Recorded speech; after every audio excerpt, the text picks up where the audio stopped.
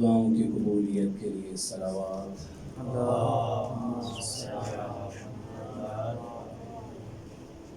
ظہور قائم آل محمد میں تعجیل کے لیے بلند تر صلوات۔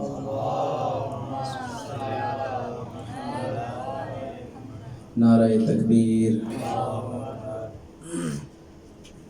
ماشاءاللہ خداوند عالم آپ لوگوں کی توفیقات خیر میں اضافہ فرمائے۔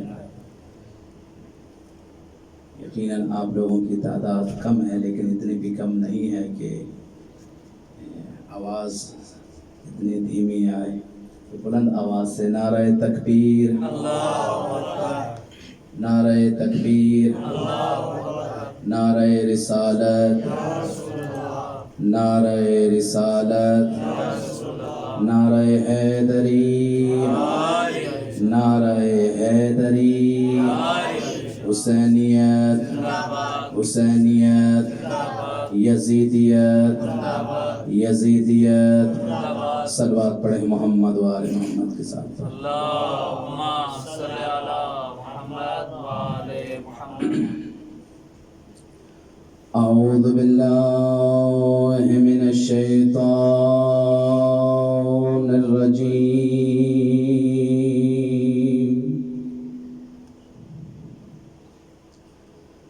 بسم اللہ الرحمن الرحیم۔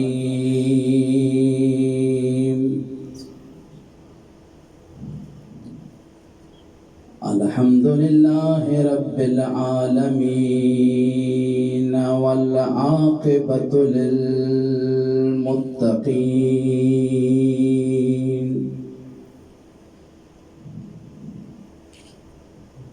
والجنة للموحدین والنار للمعاندین۔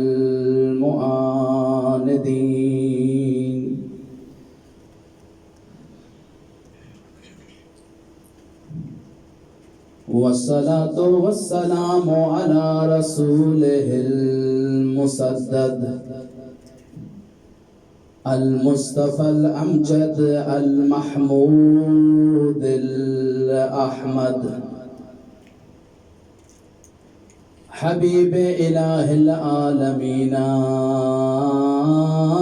أبي القاسم محمد، اللہم صلی علی محمد و آل محمد، وعلى وصيه ووزيره وابن عمه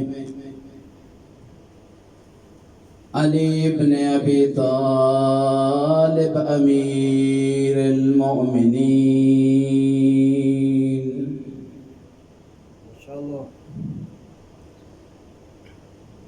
والصلاة والسلام على سيدة جلیلۃ المظلومۃ المحرومۃ عن حق میراث ابیہا،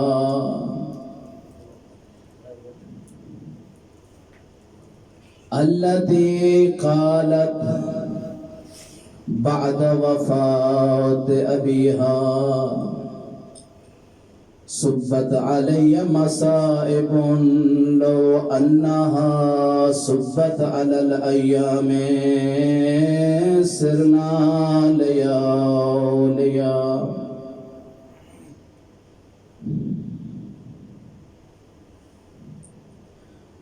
وعلى حسن المسموم والحسين الغريب الذي قال عند وقت ودائه من الخيام: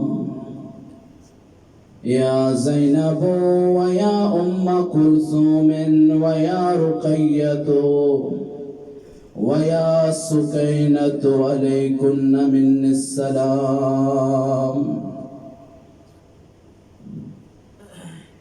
والصلاة والسلام على من نادت جدها رسول الله على جسد أبي عبد الله صلى عليك ملك السماء وهذا حسين بالأراء مقطع الأعداء مرمل بالدماء مسلوب الإمامة والرداء أما بعد فقد قال الله عز وجل بسم الله الرحمن الرحيم فأقم وجهك للدين حنيفا فطرة الله التي فطر الناس عليها لا تبديل لخلق الله ذلك الدين القيم وإن كان أكثر الناس لا يعلمون صلوات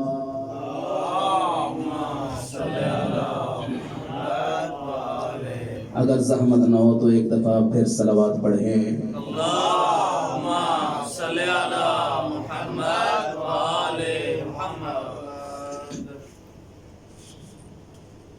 خدا کی ذات کا لاکھ لاکھ شکر ہے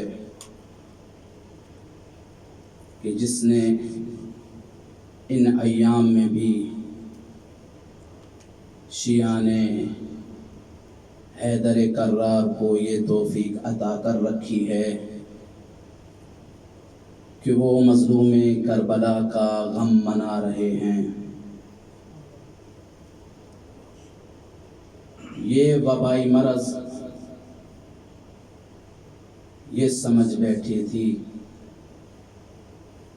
کہ علی والے ذکر مظلوم کربلا کو ادا کرنے میں کوتاہی کریں گے، سستی میں پڑ جائیں گے، کاہلی دکھائیں گے، لیکن ان امراض کو رسول خدا کا یہ فرمان ہمیشہ یاد رکھنا چاہیے، اِنَّا لِقَتْلِ وَلَدِيَ الْحُسَيْنِ حَرَارَةً فِي قُلُوبِ الْمُؤْمِنِينَ لَا تَبْرَدْ أَبَدًا، میرے فرزند حسین کے قتل کے اندر ایسی گرمائش موجود ہے کہ جو کبھی بھی ٹھنڈی نہیں پڑ سکتی۔ صلوات پڑھیں محمد و آل محمد کی ذات پر۔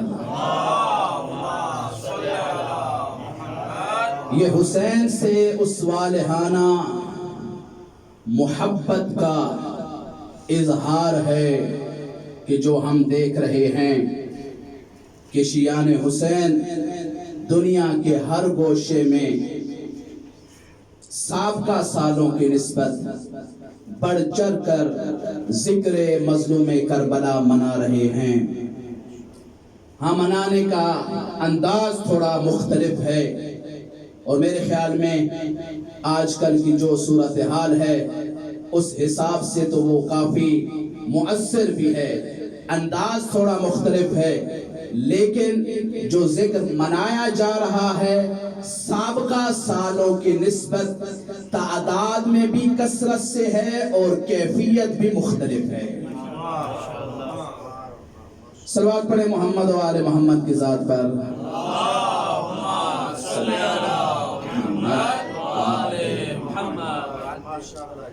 علامہ مجلسی اپنے والد بزرگوار سے نقل کرتے ہیں، اور اس واقعہ کو علامہ نے اپنی کتب میں بھی درج کیا ہے۔ فرماتے ہیں کہ میرے والد نے مجھ سے نقل فرمایا کہ میں اپنے اصحاب کے ساتھ بغداد کی گلیوں میں پھر رہا تھا۔ پھرتے پھرتے پیاس نے مجھے نڈھال کر دیا، اس قدر نڈھال تھا کہ مجھ سے چلا نہیں جاتا تھا۔ میں نے اپنے بعض دوستوں سے کہا کہ جاؤ اور بغداد کی گلیوں میں سے کسی گلی میں جا کر میرے لیے پانی کو طلب کرو، اور خود والد علامہ مجلسی اپنے بعض اصحاب کے ساتھ، صلوات پڑھے محمد و آل محمد کی ذات، خود علامہ مجلسی اپنے بعض اصحاب کے ساتھ ایک جگہ تشریف فرما ہیں۔ کیا دیکھتے ہیں کہ دو بچے کھیل رہے ہیں، دو بچے کھیل رہے ہیں۔ کھیلتے کھیلتے ان کے درمیان ایک نزاع وجود میں آتا ہے۔ ایک بچہ یہ کہتا ہے کہ علی بن ابی طالب امیر المومنین ہیں، دوسرا بچہ یہ کہتا ہے کہ نہیں، فلاں امیر المومنین ہے۔ جب علامہ مجلسی نے، یعنی علامہ مجلسی کے والد نے جب یہ ماجرا دیکھا تو اس وقت فرماتے ہیں کہ صدق رسول اللہ صلی اللہ علیہ وآلہ وسلم، یا علی لا يحبك الا مؤمن ولا يبغضك الا ولد حیدر، کہ رسول خدا صلی اللہ علیہ وآلہ وسلم نے سچ فرمایا تھا کہ اے علی، تجھ سے مومن کے علاوہ کوئی محبت نہیں کرے گا اور ولد حیض کے علاوہ کوئی بغض نہیں رکھے گا۔ نعرہ حیدری، یا علی، یہ جب حدیث نقل فرمائی والد علامہ مجلسی نے، تو اسی ہی دوران ایک خاتون اپنے دروازے سے نکلتی ہے اور اس کے ہاتھ میں پانی ہوتا ہے۔ جب مجلسی کے والد یہ حدیث ارشاد فرما رہے تھے تو اس خاتون نے بھی علامہ مجلسی کی اس حدیث کے چند الفاظ سن لیے، پورا کلام نہ سن سکی۔ جب وہ پانی لے کے آئی ہے، آ کر علامہ مجلسی کے والد سے عرض کرتی ہے کہ اے شیخ، مجھے بھی وہ کلام سنا کہ جو تھوڑی دیر پہلے تو سنا رہا تھا۔ اب یہاں پہ یعنی واقعاً اس حدیث کی تطبیق موجود ہے۔ یہ خاتون کہتی ہے کہ مجھے بھی وہ کلام سنا، مجھے بھی وہ حدیث سنا کہ جو تھوڑی دیر پہلے تو سنا رہا تھا۔ علامہ نے کہا چھوڑو، اس بات کو میں مناسب نہیں سمجھتا کہ تیرے سامنے اس کو بیان کروں، اور مناسب بھی نہیں تھا۔ لیکن یہ خاتون تکرار کرتی ہے، کہتی ہے کہ نہیں، مجھے بھی اس حدیث پیغمبر کو سناؤ۔ تو اس وقت والد مجلسی کہتے ہیں کہ رسول خدا سے نقل ہے کہ علی سے محبت نہیں کرے گا مگر فقط مومن، اور اس سے بغض و عداوت نہیں رکھے گا مگر ولد حیض۔ جب یہ خاتون اس حدیث کو سنتی ہے تو اس حدیث کی پریکٹیکلی طور پہ تصدیق کرتی ہے کہ اے شیخ، رسول خدا نے بالکل صحیح کہا ہے، اچھے طریقے سے میری بات سن لے۔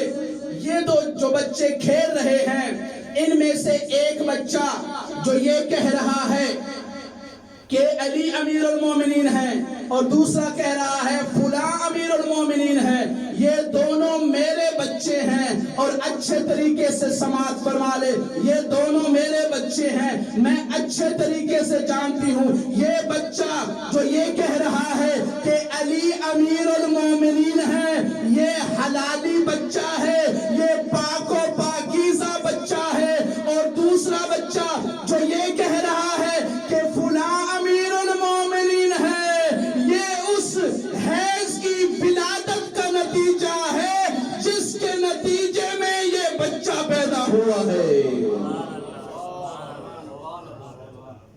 اس خاتون نے خود تاکید کر دی، خود تصدیق کر دی۔ فقط یہ نہیں ہے، مجلسی کا زمانہ نہیں ہے، جناب سلیمان فارسی سے بھی روایت کی گئی ہے، اسی طرح سے جناب جابر بن عبداللہ انصاری سے بھی روایت کی گئی ہے۔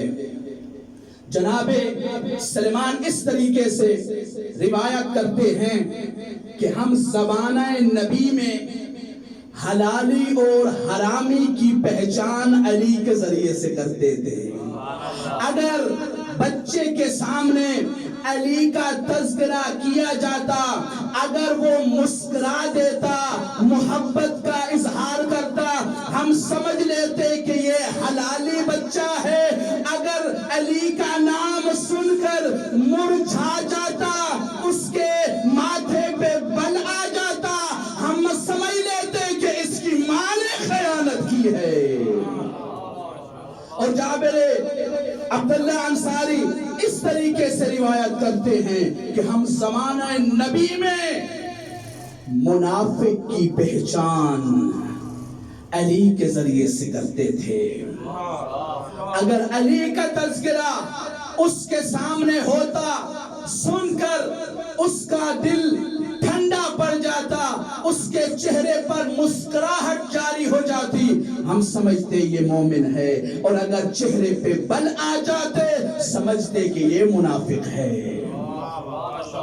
انہی احادیث کو سامنے رکھتے ہوئے سید الفقہاء، استاد الفقہاء، آیت اللہ العظمی سید ابو القاسم خوئی قدس سرہ ان اشعار کو ترتیب دیتے ہیں۔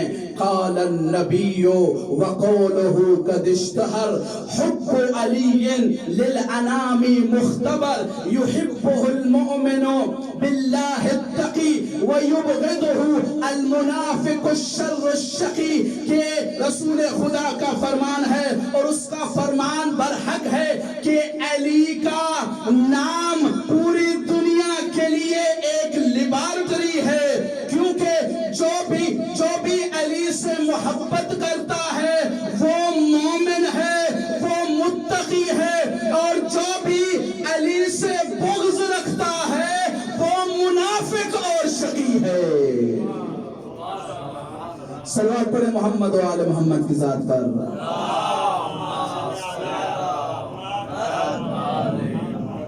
اب آپ خود فیصلہ کر لیں، ان ایام میں کون ہے کہ جو ذکر محمد و آل محمد بپا کر رہا ہے، اور کون ہے کہ جو اس کی پابندی کی بات کرتا ہے۔ واضح سی بات ہے، اگر انہیں ذکر اہل بیت سے عداوت ہے، ذکر علی سے یہ عداوت رکھتے ہیں، ذکر حسین سے عداوت رکھتے ہیں، تو سمجھ لیں کہ ان کا قصور نہیں ہے، یا تو ان کی والدہ نے خیانت کی ہے یا ان کا نطفہ حالت حیض میں ٹھہرا ہے۔ صلوات پڑھے محمد و آل محمد کی ذات پر۔ میرے خیال میں تمہید زیادہ ہی لمبی ہو گئی، ہم اپنے موضوع کی طرف آتے ہیں۔ ارشاد رب العزت ہو رہا ہے، سورہ مبارکہ، سورہ کا نام میں بھول گیا ہوں، صلوات پڑھے محمد و آل محمد۔ ارشاد رب العزت ہو رہا ہے، فَأَقِمْ وَجْهَكَ لِلدِّينِ حَنِيفًا، اے حبیب اپنے رخ کو دین کی طرف پھیر لو، اور باطل سے کنارہ کش ہو جاؤ. فطرت اللہ التی فطر الناس علیہا، یہ دین وہ فطرت الہی ہے کہ جس پہ اللہ نے اس کائنات کو خلق کیا ہے.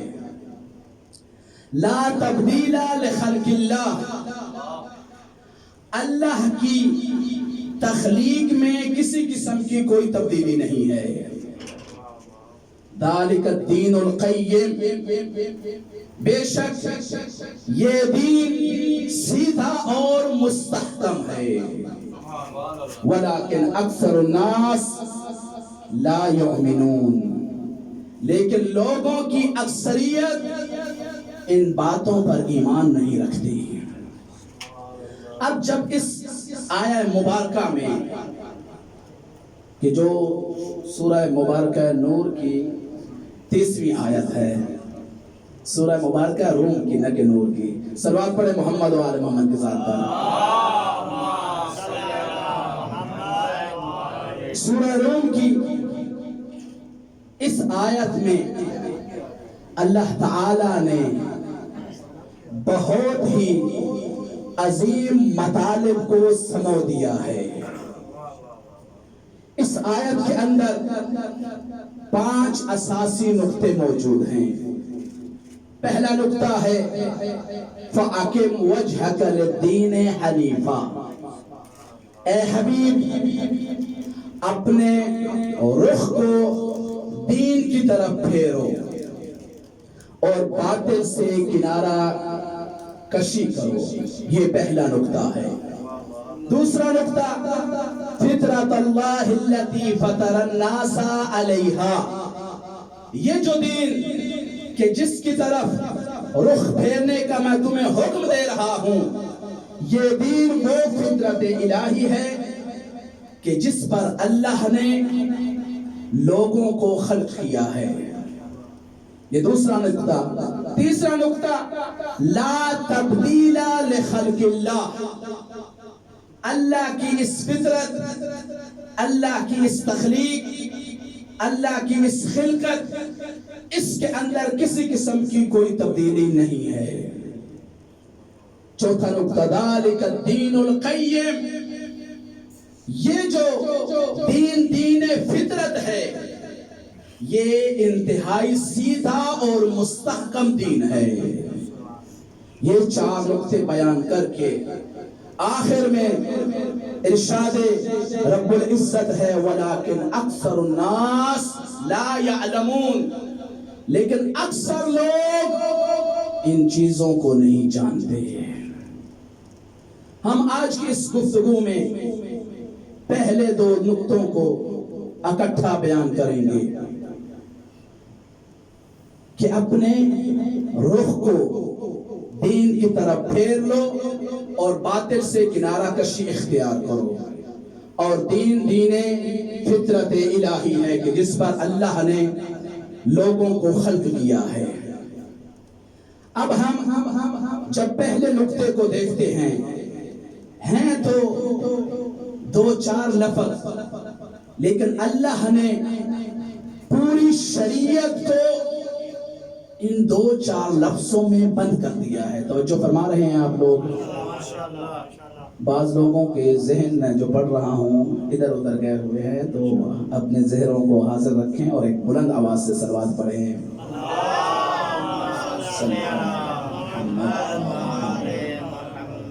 پہلا جو مقطع ہے اس آیہ مبارکہ کا، اگرچہ ایک مختصر سا جملہ ہے، فَأَقِمْ وَجْهَكَ لِلدِّينِ حَنِيفًا، اپنا رخ دین کی طرف پھیرو اور باطل سے کنارہ کش رہو. اس مختصر سے جملے میں اللہ نے شریعت کے تمام احکام کو بند کر دیا ہے. کیوں؟ دین عبارت ہے اصول و فروع سے.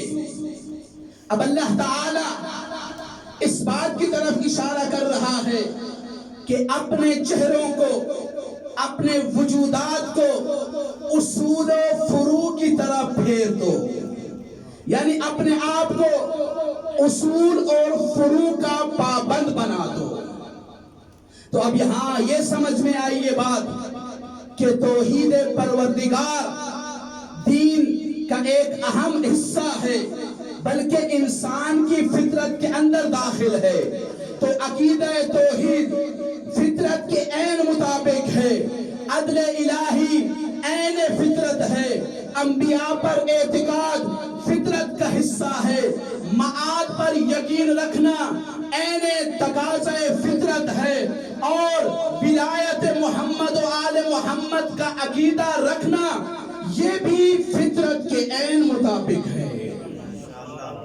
جب یہ سب چیزیں دین کا حصہ ہیں اور دین فطرت ہے، تو یہ بات سمجھ میں آ گئی کہ اپنے آپ کو عقیدہ توحید کا پابند کرنا پڑے گا، اور شرک کی غلاظت سے کنارہ کش ہونا پڑے گا، عدل الہی کا دم بھرنا پڑے گا، اور اس کی طرف ظلم و جور کی کبھی بھی نسبت نہیں دینی۔ اللہ کے انبیاء پر عقیدہ رکھنا پڑے گا، اور ان کے دشمنوں سے ہمیشہ کے لیے بیزاری اختیار کرنا پڑے گی، معاد پر پختہ یقین رکھنا پڑے گا، اور ان کے منکروں سے بیزاری اختیار کرنا پڑے گی۔ یہ چیزیں تو آج کا مسلمان مان لیتا ہے، لیکن جب ہم یہ کہتے ہیں کہ ولایت الہیہ اور خلافت الہیہ، علی اور اولاد علی کی ولایت دین کا تقاضا ہے، فطرت کا تقاضا ہے، تو سمجھ میں نہیں آتی آج کے ملا کے پیٹ میں مروڑ کیوں پڑ جاتے ہیں۔ بقیہ سب چیزوں کو تو وہ آسانی سے قبول کر لیتا ہے، کہتا ہے کہ دین فطرت الہی ہے، عدل فطرت الہی ہے، توحید فطرت الہی ہے، رسالت فطرت الہی ہے، معاد فطرت الہی ہے، لیکن امامت نہیں، اس کی بات آپ نہ کریں، یہ فطرت الہی نہیں ہے۔ ایسے شخص کی زبان کو بند کرنے کے لیے یہاں پہ میں ایک حدیث بیان کرتا ہوں، آپ بلند آواز سے صلوات پڑھیں۔ اس حدیث کو علی ابن ابراہیم القمی نے تفسیر القمی میں نقل کیا ہے، اور اس حدیث کو انہوں نے سلسلہ روات کے ذریعے سے امام رضا علیہ السلام سے نقل کیا ہے، اور امام علیہ السلام نے اپنے آباء و اجداد کے سلسلہ سے اس حدیث کو امام باقر علیہ السلام سے نقل کیا ہے کہ جب امام علیہ السلام سے سوال کیا گیا ما معنی قولہ تعالی فطرت اللہ التي فطر الناس علیہا، اے امام یہ تو بتائیے اس آیے مبارکہ میں فطرت الہی سے کیا مراد ہے؟ تو اس وقت امام علیہ السلام نے فرمایا کہ فطرت الہی سے مراد لا الہ الا اللہ محمد رسول اللہ علی امیر المومنین ولی اللہ الہ ہنا التوحید۔ اے میرے صحابی، فطرت الہی سے مراد لا الہ الا اللہ ہے، محمد رسول اللہ ہے، اور علی جو امیر المومنین ہیں وہ ولی خدا ہیں، اور امام آخر میں کہتے ہیں الہ ہنا التوحید۔ یہ تینوں جملے مل کر توحید بنتے ہیں، یعنی کیا؟ اللہ تعالیٰ اس وقت تک عقیدہ توحید قبول نہیں کرے گا جب تک انسان محمد رسول اللہ کے ساتھ علی ولی اللہ کا دم نہیں بھرے گا۔ نعرہ تکبیر، اللہ اکبر، نعرہ رسالت، یا رسول اللہ، نعرہ حیدری، یا حیدری، پر محمد و آل محمد صلی علی محمد و آل محمد۔ ماشاءاللہ تو یہ دونوں عقیدے، یہ دونوں گواہیاں، یعنی دوسری اور تیسری گواہی، یہ توحید کی قبولیت کے لیے شرط ہے۔ اللہ تعالی قیامت والے دن کہے گا، وہ جو بڑے بڑے موحد ہوں گے، لمبی لمبی داڑھیاں رکھی ہوں گی، پجامے ان کے چھوٹے ہوں گے، ہاں قیامت والے دن بھی وہ واضح دکھائی دیں گے۔ ان کا حال، کیونکہ انسان جس طرح سے دنیا میں رہا ہے ویسے ہی محشور ہوگا اور اپنے ائمہ کے ساتھ محشور ہوگا۔ یہ لوگ جو عبادتوں کی بڑی بڑی گٹھلیاں اٹھا کر خوش عالم محشر میں تشریف لائیں گے اور اس وقت اپنی عبادتوں پر ناز کریں گے، اور جب یہ اس خوش فہمی میں ہوں گے کہ آج تو ہماری کامیابی یقینی طور پر ہے، جب عالم محشر میں انہیں لایا جائے گا، ان کے اعمال کی گٹھلیوں کو دیکھا جائے گا، وہاں پہ کیا دیکھیں گے؟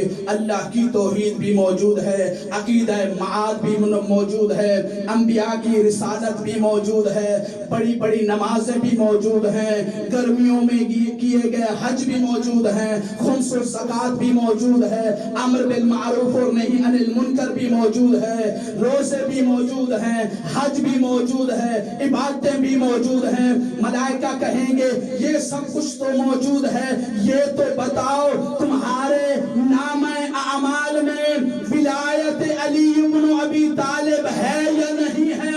تو اس وقت ان کے چہروں کے رنگ متغیر ہو جائیں گے اور نہایت معصومیت سے یہ کہیں گے، پریشان ہو کر یہ کہیں گے کہ معاف کیجئے کہ ہمارے پاس عبادت بھی ہے، عقیدہ توحید بھی ہے، عقیدہ رسالت بھی ہے، عقیدہ معاد بھی ہے، لیکن علی اور اس کی معصوم اولاد کی ولایت نہیں ہے۔ تو اس وقت عالم غیب سے ندا آئے گی، اے میرے ملائکہ، ان کی یہ عبادت ان کے منہ پہ دے مارو، مجھے اس عبادت کی کوئی ضرورت نہیں کہ جس میں علی اور اس کی معصوم اولاد کی ولایت نہ ہو۔ صلوات پڑھیں محمد و آل محمد کے ساتھ پر۔ اللہم صلی علی محمد و آل بدن پہ جامع احرام، بغض دل میں بغض علی، سبحان اللہ۔ بدن پہ جامع احرام، دل میں بغض علی، تیرے نصیب کا چکر ہے یہ طواف نہیں، تیرے نصیب کا چکر ہے یہ طواف نہیں۔ بلند آواز سے صلوات پڑھیں۔ اللہم صلی علی محمد و آل محمد۔ وَأَقِمْ وَجْهَكَ لِلدِّينِ حَنِيفًا، اپنا رخ دین کی طرف پھیر لیجئے اور باطل سے کنارہ کش رہیں۔ آج کل جو ایام چل رہے ہیں، محرم کے ایام ہیں، اس امام کی عظمت کو سامنے رکھتے ہوئے ایک جملہ یہاں پہ نقل کرتے ہیں۔ اب ہر انسان جانتا ہے کہ واقعہ کربلا میں حق پر کون تھا اور باطل کون تھا۔ واضح ہے کہ بانی شریعت کے نواسے مظلوم کربلا حق پر تھے اور اس کے مقابلے میں آنے والا یزید باطل پر تھا۔ اب جب اللہ یہ ہمیں حکم دے رہا ہے فَأَقِمْ وَجْهَكَ لِلدِّينِ حَنِيفًا، کہ اپنے رخوں کو دین کی طرف پھیر لو اور باطل سے کنارہ کش رہو۔ تو حسین ابن علی امامت کا ایک اہم رکن ہے۔ جب امامت دین کا حصہ ہے تو حسین بھی دین کا حصہ ہے۔ تو جو شخص بھی حسین کے ساتھ متمسک ہے، حسین کی طرف رخ پھیرے ہوئے ہے اور باطل سے کنارہ کش ہے، وہ اس آیہ مبارکہ کا مصداق ہے۔ تو ہم یہ ایام منا کر دنیا والوں کو مخاطب کر کے کہہ رہے ہیں، اے دنیا والوں، ہم ہمیشہ سے حق کے ساتھ تھے، حق کے ساتھ ہیں اور قیامت تک حق کے ساتھ رہیں گے، اور ہمارا باطل کے ساتھ کل بھی کوئی تعلق نہیں تھا، آج بھی کوئی تعلق نہیں ہے اور قیامت تک کوئی تعلق نہیں رہے گا۔ اسی حسین کی شان کا ایک جملہ، یہ حدیث، یہ فرمان میں نے کتب اہل سنت سے اخذ کیا ہے، اور نہ جانے کتنے مصادر تھے جب میں نے سرچ کیا ہے، یعنی 10 مصادر تھے بلا مبالغہ، جسے ہم کہا جاتے ہیں بغیر ڈالنے کے، بلا مبالغہ یعنی 10 ایسے مصادر ہیں کہ جس میں یہ قصہ موجود ہے۔ پہلی جو کتاب ہے معجم کبیر، دوسری سنن نسائی، تیسری کتاب سنن بیہقی، چوتھا مصدر مسند احمد۔ ان کتب میں آپ اس واقعہ کو سرچ کر سکتے ہیں۔ ان کتب کے اندر یہ واقعہ موجود ہے۔ ایک شخص ہے زمانہ نبی میں، وہ اپنے والد کے طریق سے نقل کرتا ہے، کہتا ہے کہ میرے والد نے اس حدیث کو بیان کیا ہے۔ اس کا والد کہتا ہے کہ ایک دن رسول خدا ہمیں ظہر یا عصر کی نماز پڑھانے کے لیے مسجد نبوی میں وارد ہوتے ہیں۔ حالت یہ ہے کہ امام کے رسول خدا کے ساتھ یا امام حسن یا امام حسین موجود ہیں، لیکن جو ہم نے خطبہ سے سنا ہے، میں نے خود نہیں پڑھا، اس لیے جو شب پڑھی ہے اس کو میں بیان کر رہا ہوں، جو سنا ہے اس کو بھی الگ بیان کر رہا ہوں، لیکن جو مبلغین سے سنا گیا ہے وہ یہ کہتے ہیں کہ رسول خدا کے ساتھ مولا حسین تھے۔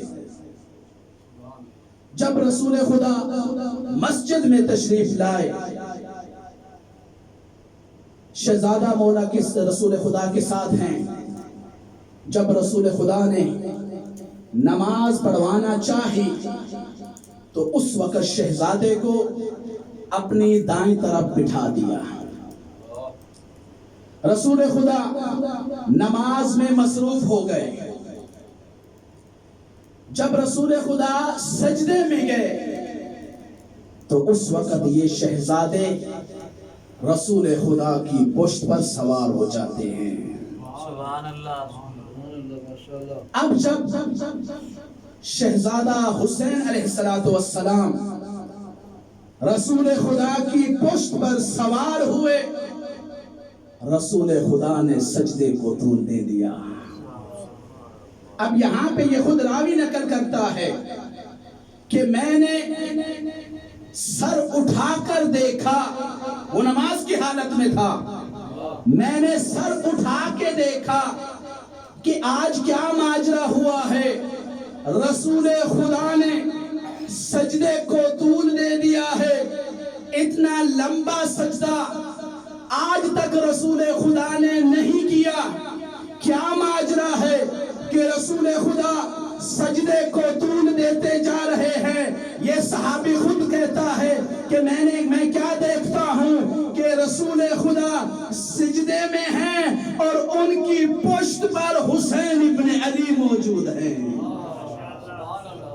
اب رسول خدا سجدے کو طول دیتے جا رہے ہیں، سجدے کو طول دیتے جا رہے ہیں۔ اب یہاں پہ خطبہ یہی بیان کرتے ہیں کہ جب مولا حسین رسول خدا کی پشت پر آئے تو اس وقت خالق کائنات نے جناب جبرائیل کو بھیجا، کہا اے جبرائیل جلدی سے جاؤ اور میرے حبیب کو یہ پیغام پہنچا دو کہ اے حبیب خدا، تمہارا رب تمہیں حکم دے رہا ہے کہ حسین اپنی مرضی سے تمہاری پشت پہ سوار ہوا ہے، جب تک حسین اپنی مرضی سے نیچے نہ اتر جائے تم نے سجدے کو طول دیتے رہنا ہے۔ تو عزادارو، مولا حسین اس وقت تک ہی اترے ہیں جب مولا حسین نے مکمل طور پر جتنا وہ چاہتے تھے اپنے بابا کی پشت پر بیٹھے۔ میں کہوں گا یہ اتفاق تھا، نہیں رسول خدا کا سجدے میں جانا اتفاق تھا،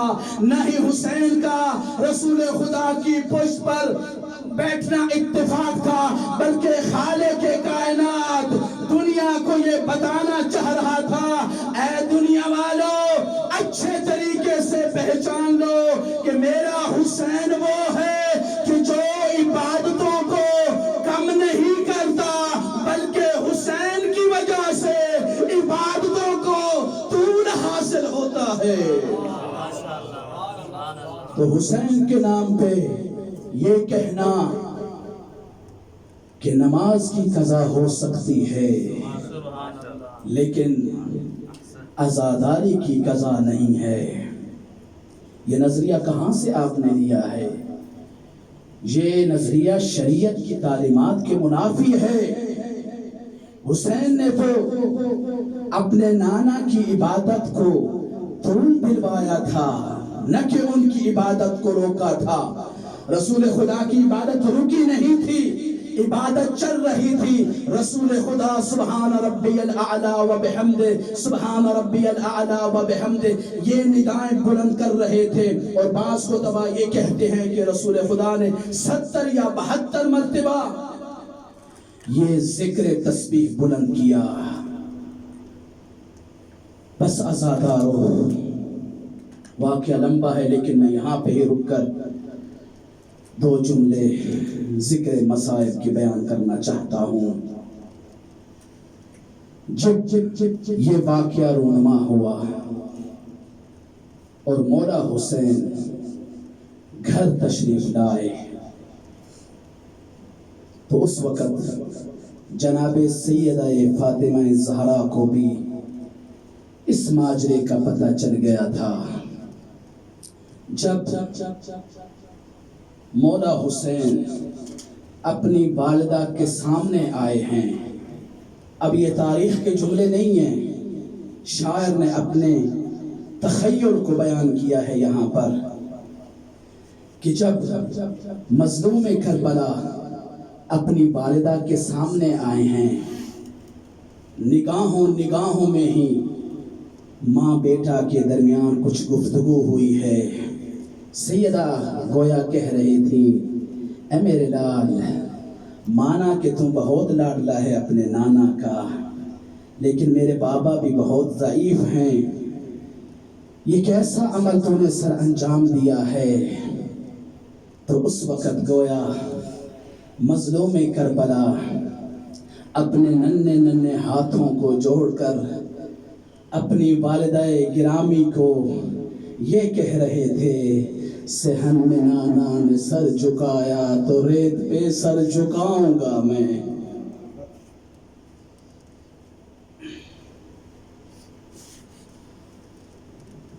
اے میری ماں، صحن میں مسجد نبوی کے صحن میں میرے نانا نے سر کو جھکایا ہے نا، صحن میں نانا نے سر جھکایا تو ریت پہ سر جھکاؤں گا میں۔ پڑھی ہے نانا نے تسبیحاں جتنی، اتنے لاشیں اٹھاؤں گا میں۔ پھر فرماتے ہیں اٹھایا نانا نے آپ سر کو، کچھ ایسے سجدے میں جاؤں گا میں، اٹھائے گا میرے سر کو قاتل، لبوں سے قرآن سناؤں گا میں۔ پھر فرماتے ہیں کسی کے بازو، کسی کا سینہ، کسی کے سہرے لٹا بھی دوں گا، سر بھی دوں گا، یہ گھر بھی دوں گا، بہن سے لے کر ردا بھی دوں گا۔ عزادارو آ گیا وہ موسم جب حسین نے اس وعدے کو نبھانا ہے، اس وعدے کو نبھانا ہے۔ عزادارو مدینہ چھٹ گیا، مدینہ چھٹ گیا، مکہ چھٹ گیا۔ حسین مکہ سے کربلا کی طرف چل رہے ہیں۔ عزادارو مختلف منازل طے کرتے ہوئے جب قصرے بنی مقاتل پہ پہنچے ہیں اور وہاں سے رات کے آخری پہر مولا حسین نے خروج کیا ہے، ابھی صبح طلوع نہیں ہوئی تھی، مولا حسین اپنے رہوار پر سوار ہوتے ہیں، اپنے پردہ کو سوار کرواتے ہیں، اپنے اصحاب کو سوار کرواتے ہیں۔ یہ قافلہ کربلا کی طرف بڑھ رہا ہے۔ عزادارو اسی اثنا میں عزادارو مولا حسین کو سینے ذوالجناح پہ نیند آتی ہے۔ نیند کی حالت میں کیا دیکھتے ہیں کہ ایک گھوڑا سوار ہے جو یہ کہہ رہا ہے القوم یسیرون والمنایا تسیر الیہم، یہ قافلہ بڑھ رہا ہے اور موت ان کی طرف آ رہی ہے۔ اجرکم علی اللہ۔ عزادارو خدا مظلوم کربلا کے غم کے سوا آپ کو کوئی غم نہ دے۔ عزادارو جب مولا حسین نے اس گھوڑا سوار کو عالم میں خواب میں دیکھا تو فوراً مولا کی آنکھ کھل جاتی ہے، اپنی زبان پہ کلمہ استرجاع بلند کرتے ہیں، فرماتے ہیں اِنَّ لِلَّهِ وَإِنَّا إِلَيْهِ رَاجِعُونَ۔ عزادارو میں کہوں گا یہ ندا جناب زینب نے بھی سنی، ام کلثوم نے بھی سنی، جناب سکینہ نے بھی سنی، شہزادے علی اکبر نے بھی سنی۔ یہ شہزادے مولا حسین کے پاس آ کر یہ کہتے ہیں اے بابا جان آپ نے کلمہ استرجاع کیوں بلند کیا؟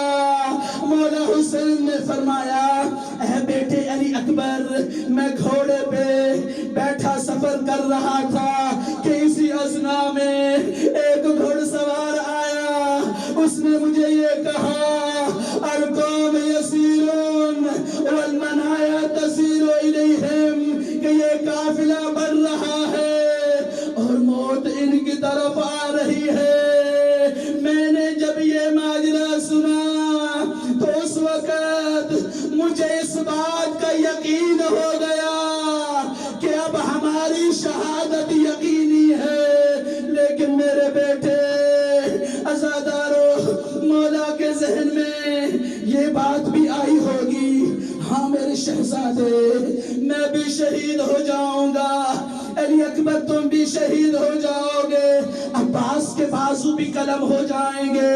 اے میرے بیٹے میں اس وادی کی طرف جا رہا ہوں کہ جہاں پہ ہم سب شہید ہو جائیں گے۔ مجھے ان شہادتوں کا غم نہیں ہے، مجھے یہ درد رلائے جا رہا ہے۔ میری بہنیں، میری بیٹیاں جو ہمارے سہارے مدینہ سے نکلی تھی، ہماری شہادت کے بعد ان کا محافظ کون ہوگا؟ إِنَّ لِلَّهِ وَإِنَّا إِلَيْهِ رَاجِعُونَ وَسَيَعْلَمُ الَّذِينَ ظَلَمُوا أَيَّ مُنْقَلَبٍ يَنْقَلِبُونَ۔ اللهم صل على محمد وآل محمد، اللهم بحق حسين الوجيه وجده وأبيه وأمه وأخيه وتسعة المعصومين من ذريته وبنيه، اللهم صل على محمد وآل محمد وعجل فرجهم